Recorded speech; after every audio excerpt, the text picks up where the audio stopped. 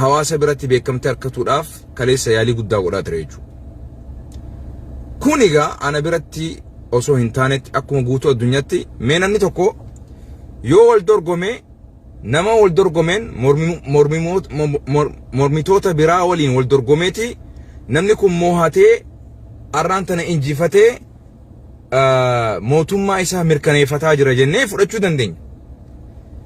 Bakka gartee ummata silaa isaan mormitoota akka isaa silaa isaa waliin mormaa jiru hidhatti guuree garii isii biyya baasee garii isii ajjeesee garii isii sodaachisee garii isii bitatee na hubadhu bakka kanatti bifa kamiin gabbee ani moohadhee ja ara Oktoobar 5 naam meega eenyu moohate paartii kam waliin dorgomee paartii kam moohate Izeemaa fi paartii kan naayimi paartii Biraanuu Naggaa fa'a mee paartiin sunii fi PP'n garaagarummaa isaa maali? Paartiin kaanis ol aantummaa nafxanyummaatiif mormaa ture. Paartiin PP'tis ol aantummaa nafxanyummaatiif mormaa ture. Arrallee san mirkaneeffate jechuudha. Dhaggeeffadhu. Ani wanni sobuus hin jiru. Waan siyaasaa laaqadhullee hin jiru. Kun laaqii miti dhugaa jirtu tana. Isin gareen takka gareen PP'dha akka itti fahamtan isin sheekni isin amma fakkeenyaaf sheeticha tokko haalee maqaa isaallee dha'uun natti ulfaata. Because I think laaffisee laalu turre naa wayya because maybe boru dhugaan itti mul'attee deebi'uu ni mala waan isa dirqeessan hin beeku. Guyyaa Jawaar Mohaammed hidhamu obboleessi keenya hidhamuu isaatiif gadda isaan ibsanne dhaggeeffadhu. Gabbee ummata keenya kan ajjeefamaa jiru kan miidhamaa jiru kana kan gudeedamaa jiru kana mootummaan kun hidharraa nu baasuu qaba mootummaan kun irraa dhaabuu qaba jedhee peejii irratti barreessaa jiru. Gaafa gareen ganda isaanii gartee warri ganda isaanii yaa akhi zamana kana keessatti wanni dhibee liidara gandaatii fi liidara dhugaa adda wallaalee jira. Jarana hin gawwoomina. Hoogganaa gandaatii fi hoogganaa dhugaa addaan baafadha. Hoogganaa gandummaa, hoogganaa shanyummaa, hoogganaa paartii kana addaan baafadha.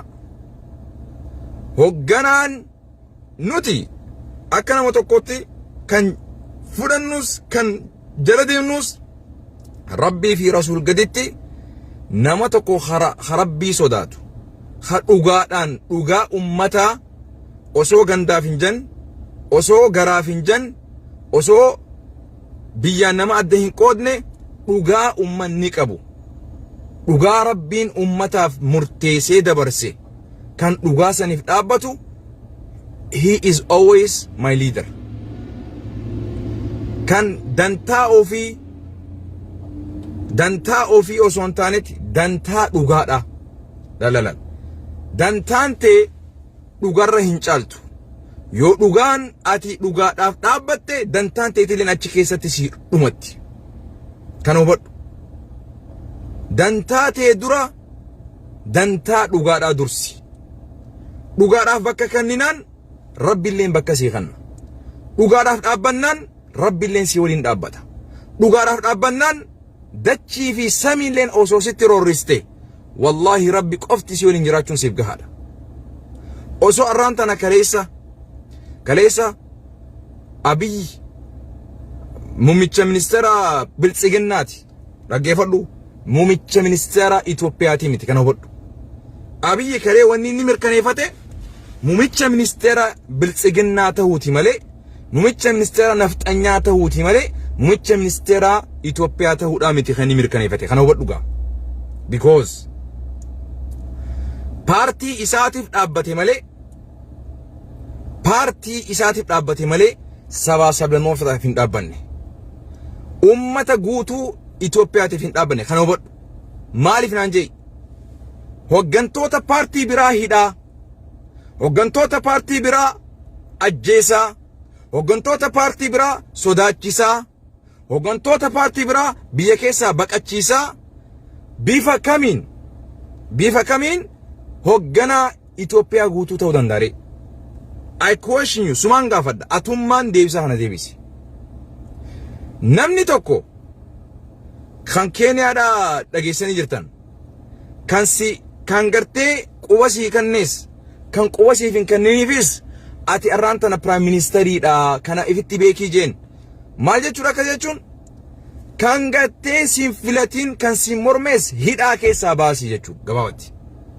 Warra si balaaleeffatus, warra siin feenes, warra quba siif hin laatinis, warra sagalee siif hin laatinis hin miidhinii jechuudha keessi. Dimokiraasii jechuun akkasi. Nama si jaalatu qofa, nama siif ati nabiyyi kiyya jedhee si jala deemu qofa, nama san qofa ifitti hin qabin jechuudha. Yoo akka dimokiraasiitti yoo gad deebite, dimokiraasiin Itoophiyaa keessa hin jiru. Birookiraasii fokkataatu jira malee. Dimokiraasiidhaan Itoophiyaa keessa kan jiru. Birookiraasii fokkataatu jira. Taak. Gara biraatiin yoo gad deebitee ilaalte, waraanni kaleessa inni akkasitti gabbaasee ittiin dhaaddatu sun, waraana qarree fi qeerroon kaleessa ittiin dura dhaabbattee, aangorraa buustee, qawwee fi rasaasa san waliin, wanni inni beekuu qabu, wanta kaa beeku. Wallahi namni humnaanin deema jiru. Inuma hin mo'anne beeki. Ana aqsamu billah. Yoo dhugaa qabaattee humna waliin jiraate, rabbiin si waliin jiraate injifatta malee, humna qabaatteef sobarra jiraattee humna qabaatteef wallahi umriin kee hin dheeratu beeki.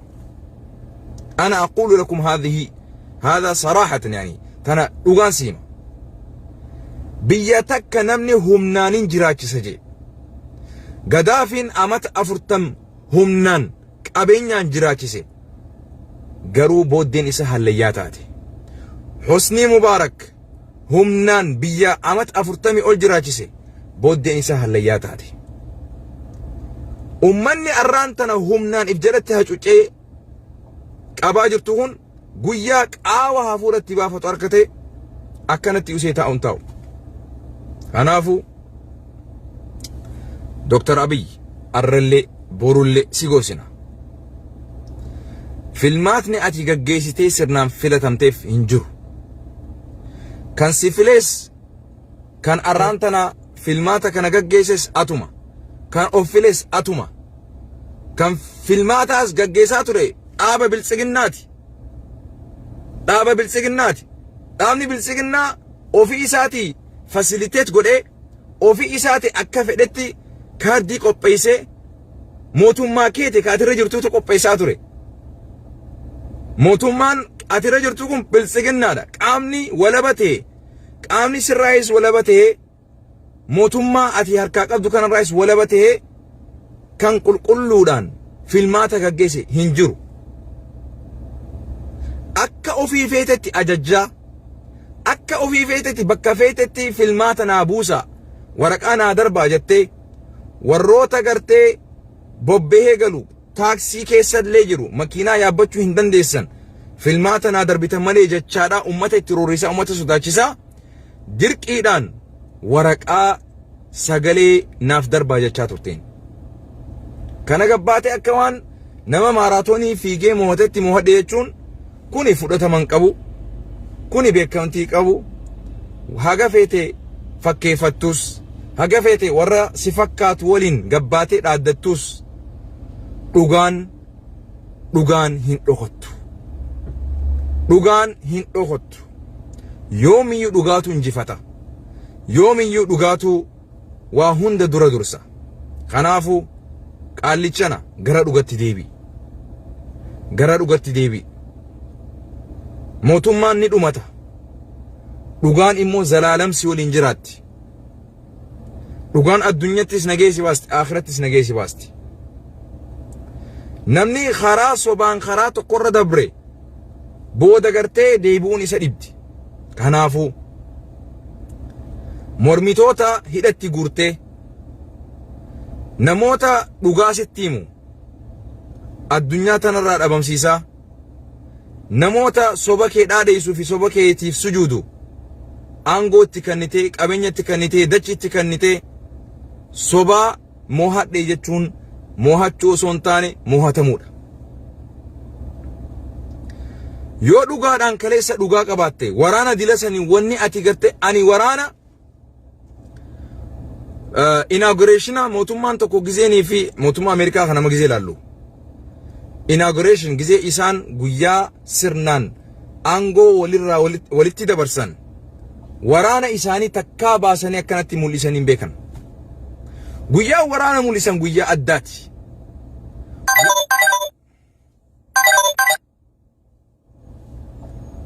Guyyaa gammachuudha. Guyyaa dhaamsa silaa ati sirraa eegamu fakkeenyaaf biyya kana keessatti dhimma afaaniitii wal qabatee, dhimma fayyaatii wal qabatee, dhimma barumsaatii wal qabatee, dhimma ikoonomiitii wal qabatee, dhimma nagayaatii wal qabatee guyyaa akkanaa kana keessatti waan sirraa eegamu dhaamsa akkasii dabarsu osoo silaa mootummaa haqaa taate. Guyyaa silaa namni aangoo walirraa fudhatu wanti inni hawaasaaf dhaamu dhaamsa hawaasa tasgabbeessu, dhaamsa hawaasa beelarraa gartee quufatti baasu, dhaamsa silaa dhukkubarraa fayyatti hawaasa gargaaru, dhaamsa tokkummaa sabaa sablammoota walitti tokkichoomsu, dhaamsa nagayaa, dhaamsa ummanni amantii adda addaa qabu waliin wal baadhatee biyya tana ceesisuu waliin danda'u wal baadhatu dhaamsa akkanaas irraa eegama ture.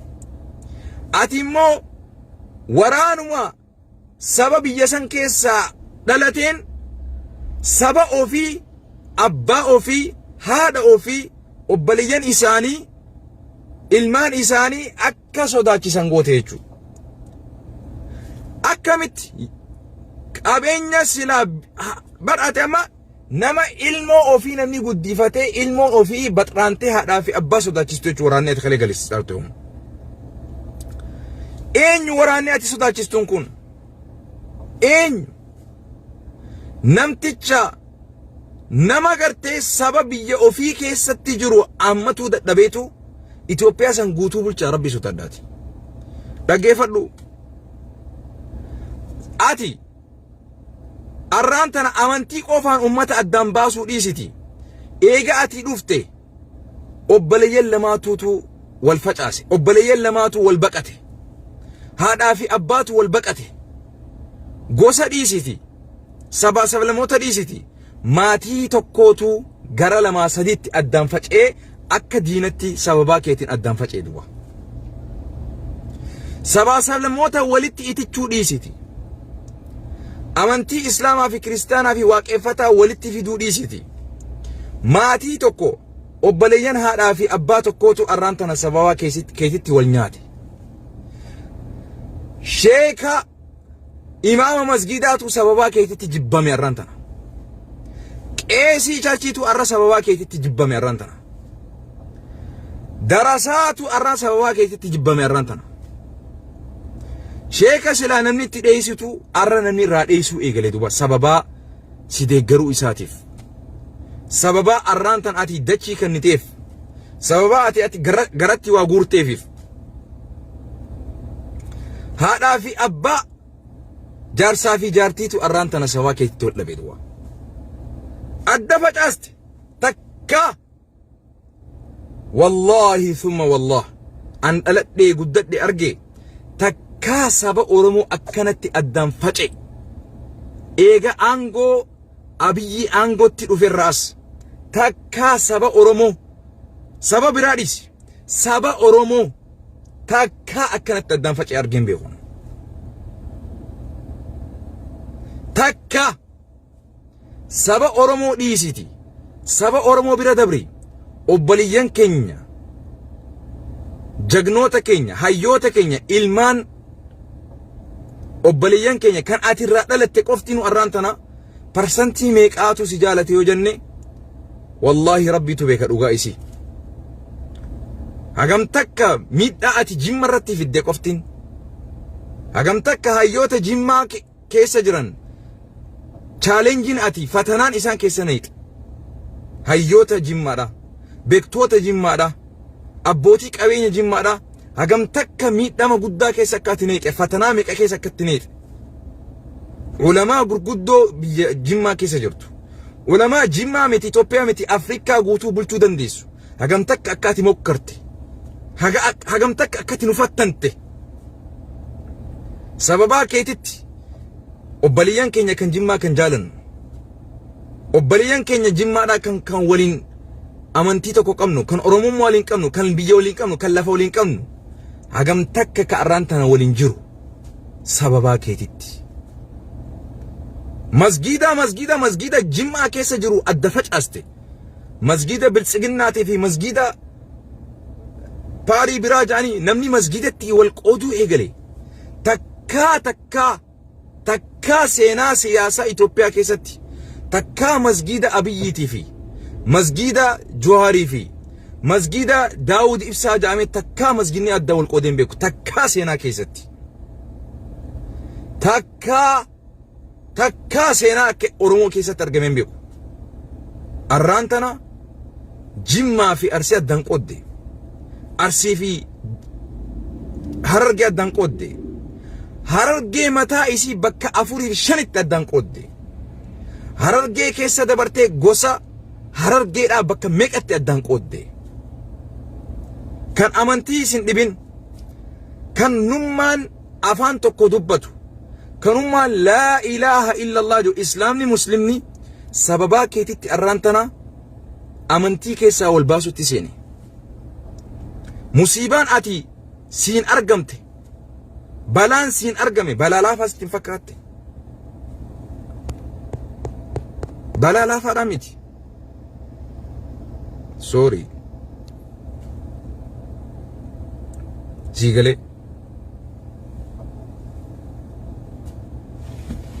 meenaa hime arraan tana mana maatii tokko keessa yoo seente maatii meeqaatu nagee qaba sababaa Abiyyiitiif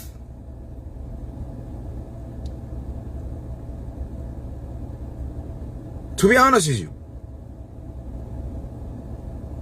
Minnesota tana keessatti masgida Abiyyiitii fi masgida Jawaariin adda jira boo masgidni sittin kijiwan akkas hagas takka namni yaadu eegale do you understand this Imama Abiyyiitii fi Imama Jawaaritti namni hagas takka xiinxaluu eegale namni masgida Tawhiidaatii fi masgida Maarijee masgida Shirkiitii masgida bifa saniin namni waa qooduu eegale baleessu sababaa siyaasaa fokkattuu tanaatiif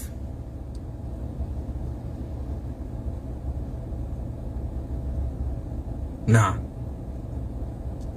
sadarkaa san geenya robbaleessu sadarkaa san geenya arraan tana namni wal amanuu dadhabe wal biratti haasa'uudhaaf eenyu je'ee wal qorachuu seene namni dura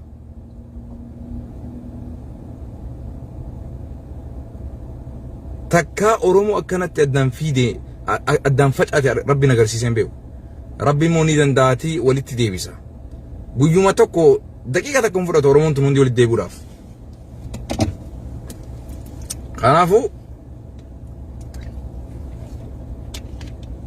guyyaa kaleessaa saalfii takka malee qaanyii takka malee gabbaatee mootummaa yeroo duraatiif haqaan ummanni filate sagalee kanneef jettee gabbaatee dhaaddatuun sun haasha lillah kijiba guddaadha sun kijiba guddaa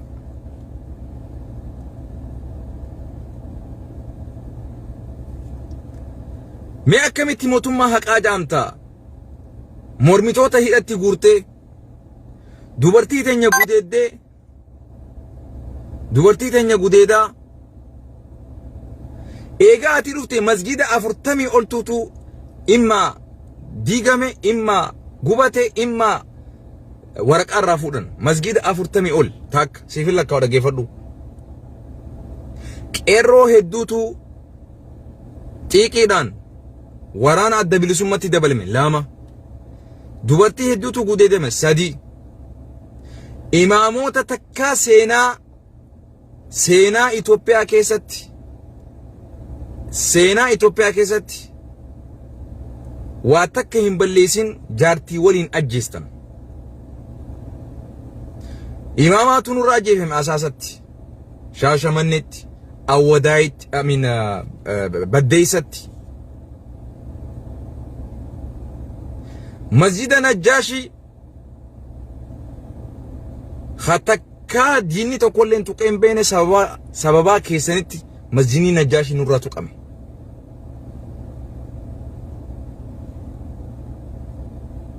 Naam.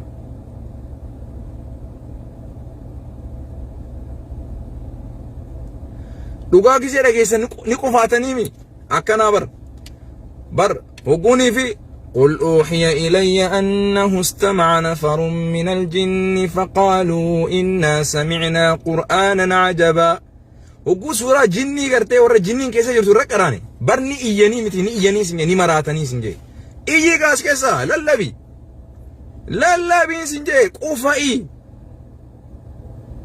ها وقو دوغانا كيسا هندن ديسو سيدو كوبا ni gubatta tana barre sila dhugarra jiraatte bar akkana miti bar hin qufaatu war sila dhugarra jiraatte wonni si qufaasisun kijiba osoo mootummaan kun dhugarra jiraate maaliif Oromoo hidha, Oromoo ajjeesa, Oromoo hidha, Oromoo saama, Oromoo dhabamsiisa bifa kamiin biyya san gaggeessa? Eenyu kenni biyya san gaggeessuuf deemu kun? Fedhii fi dantaa nafxanyaa guutaa fi nafxanyoonni Jawaar nu hidhi jaaniin hidheef. So what? Then what? Kun siyaasaa miti, siyaasaa bira dabree jira obboleessoo. Ati namni isheenii siyaasaa keessa hin seenu jettu. Bahi ati as keessa ati ruumii kiyya keessa seenuudhaaf haqan godhattu bahi as keessa naaf hin kafaltu. Ani ammas siifi miti kaniin sheeka ta'an. Ani yoo sheeka na gootes sheeka eenyuti beeta? Sheeka warra dhugaa barbaadu, warra dhugaa deeggaruuti malee warra nafxanyaa gargaaruuf sheekaa miti an. Dhaggeeffadhu ammaan siima. Ummanni nafxanyaa gargaartan na duuballee dhaabbattanii salaatina. Salaanni keessan narraa badaa'u. Warri silaa nafxanyaa gargaartan na duuballee dhaabbattanii salaatina. Aamini teessan illee barbaadu an. Sheekummaa teessan illee barbaadu. I'm telling you man. Sii miti ka sheekaas na godhu. Ani sheekallee miti by the way. Gaafaan sheeka ta'e immoo nafxanyaan takka illee na duuba dhaabbattanii salaatina. Period. Nafxanyaa walittiin qabu, du'aa fi jirullee walittiin qabu, awwaalchallee walittiin qabuun waan takka illee walittiin qabu. Ummata Rabbiin abaare, ummata Rabbii fi Rasuul abaare nafxanyaan. Dhaggeeffadhu.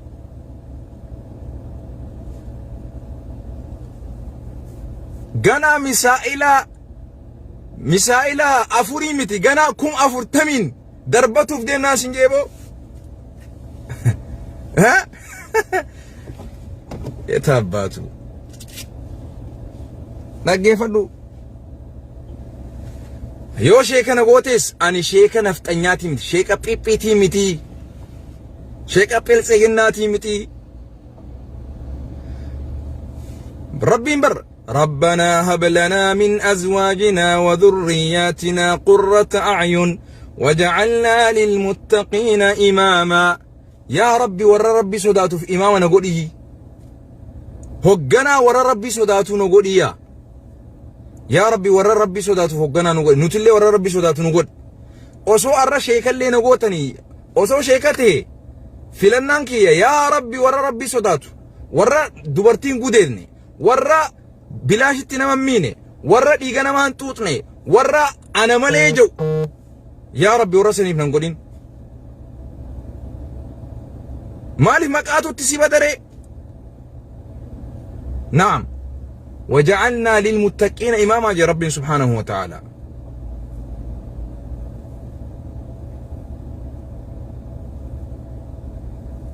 akkasi kunno dhagee sheeka nan gootu sheekummaan irraan fuutu kiraa manaan irraan kafaltu makiinaati jetti gaazanaaf hin neexu qufa akka feetetti mirga qabda dubbadhu feesbuukiin mirga guutuu si kannee jira waan feete saase aizo guyyaan ati immoo gadditee natti dhuftee aboo dhiifama naa godhiitun dhufa duraanuu osoo sitti dubbachaa jirru diddeeti itti seente namticha kana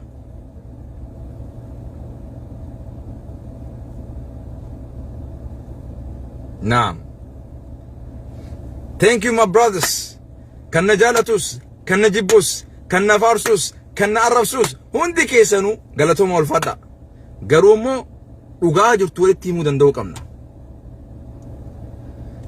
nama miidhu irkoo godhattanii nama miidhu jaalattanii nama miidhu waliin jiraattanii nama miidhu waliin waa hela taatanii abadan ani walillee hin beenu mootummaa nama yoo akkam xiqqaate nama kuma oltu nurraa du'e sababa mootummaa kanatti imaamatu nurraa du'e hayyootaatu nurraa du'e hoggantoota hayyootaatu hidhaan nurraa jira kuni mootummaa kiyyaa miti kuni mootummaa ummata nabi Muhammad illee miti kanaafuu akkasii gaa Fir'aawonni zamana isaatti ummata isa deeggaru hedduu qabaachaa ture amma isin wanni itti dhaaddatan tokko oolaalaa kunnoo osuma gartee girrisaan lallaboo osuma girrisaan iyyuu kunnoo nuti mootummaa keenya dhaabbanne biyya teenya gartee beekamtii filatamnee beekamtii argannee jirra jettanii itti dhaaddatan haga feetan waca haga feetan iyyaa nuti mootummaan keenya kunnoo dhaabbate jettan akkasii miti dubbiin dhaabbadhu mootummaa Fir'aawonaa si dura dhaabbate mootummaa Fir'aawonni waggaa 40 oliif biyya gaggeessaa ture Fir'aawonni Nabi Muusaa mana Fir'aawonatti dhalatee nyaatee guddatee nabiyyite Nabi Muusaan alayhi salaatu wassalaam kanaafuu abdii qabna isinuma keessaa tokko gabbahee dhugaa jirtu guyyaa tokko buqqaasee akka likkilikki isin galchu abdii qabna isinuma keessaa tokko guyyaa tokko dhugaa jirtu isin akka saaxiluudhaaf rabbiin subhaanahu wa ta'ala ta'u abdii qabna arraan tana aangoo qabaachuun keessan waraana qabaachuun keessan wallaahi keessanii miti ka Fir'aawnatu takkaa nu yaachisisin keessanii miti ka Fir'aawnaa namticha gabbahee ani mootii addunyaati miti an rabbii addunyaatiif hin jee Fir'aawni ana rabbukumul a'laa fin jee waraana qabooliin dhaaddate ana rabbiin addunyaa ifin jee Fir'aawnaa takkaa hin sodaanne mootummaa kana sodaachuu dhiisiti ummata seenaa akkasii qabu nuti mootummaa Fir'aawnaatuun sodaanne mootummaa Abiyyi bifa kamiin sodaanna nuti waraanaa miti raboota waraanaa haa qabaatu yoo barbaade waraanaa tokkoo miti waraana biliyoona haa qabaatu yoo barbaade waraana tokkoo miti biliyoona haa qabaatu wallahi tokko Jawaar takkichaatu siigaa garuu rabbiin Jawaar takko qofa rabbiin hin uummanne arraan tana kumaantamii Jawaartutu alaafi keessaanillee dhukkee sirraa kaasuu ta'a lolaanii miti qalamaa fi daftara qofaan barruu qofaan sammuu qofaan ati arraan tana humnaan dhaaddattaa miti laa wallahi humnaa miti dubbiin waraana keessan jecha tokkoon sammuu isaa rabbii jijjiiruu danda'a sitti garagalchuu danda'a rabbi subhaanahu wa ta'ala kana hubadhu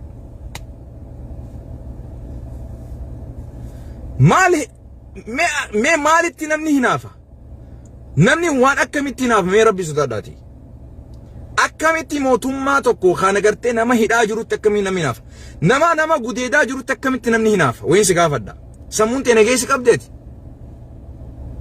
mootummaa kana mee maal isaatti hinaafna rabbi sodaadhuuti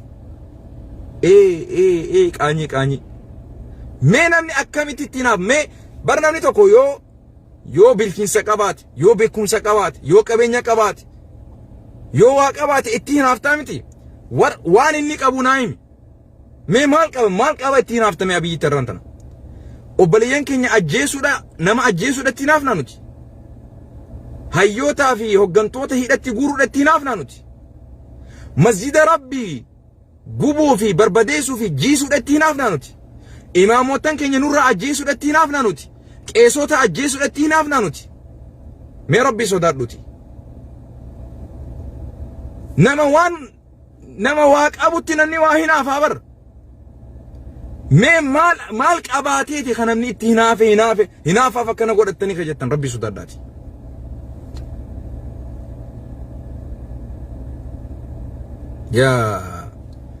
ani በጣም ነው በጣም ነገዲሲስተኒ የደቦ ማሎ ባኤ ነመገዲሲስተን ሄዱ ተከ ነመገዲሲስተን ሄዱ ነመሪፈቺስተን አቦ አርገን ዘከዘቲጋ ሄዱ ነመሪፈቺሳ ሄዱ ናናሲሳ ያበር ጆለን ድሪዶ ተከከዘቲ አቦ ኩን ሄዱ ናናሲሳ ናኖ ገሪት ናናሲሰን ቤታ ደማ hedduu na rifachiise jechuudha. Hedduu na gaddisiise, hedduu na yaaddisiise jechuudha namni kun. Naam. Loqata hundaanuu siime gaa. Bataam na yazzankuut jee. It's very sad. It's very sad. Akkasi gaaboo akka boortanii sabdiin qaba. Akka waa hubattanii sabdiin qaba. Inshallah.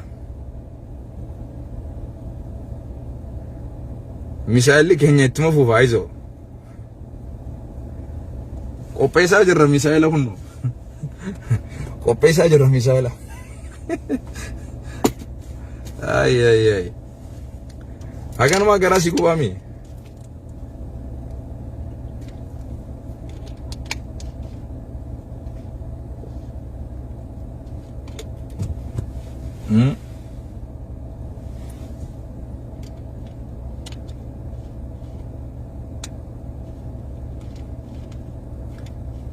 haa ta'u dhisi barnuti nufaarsu daran kanu jibbuu kanaaf waa dhaamsa dabarsina malee kanu jaalatuu fi kanu faarsu nuti maal nuti jennaan sun duraanuu ejjennoon isaa ejjennoo dhugaati kammoo dhugaan isaaf hubachuu dhugaan isaaf ifa bahuu dadhabdee kana kasilaa yaada isaa agartee sirreessuudhaaf yaalii godhaa jiru kana malee nama biraati miti kanaafuu dhiisa haa ta'ani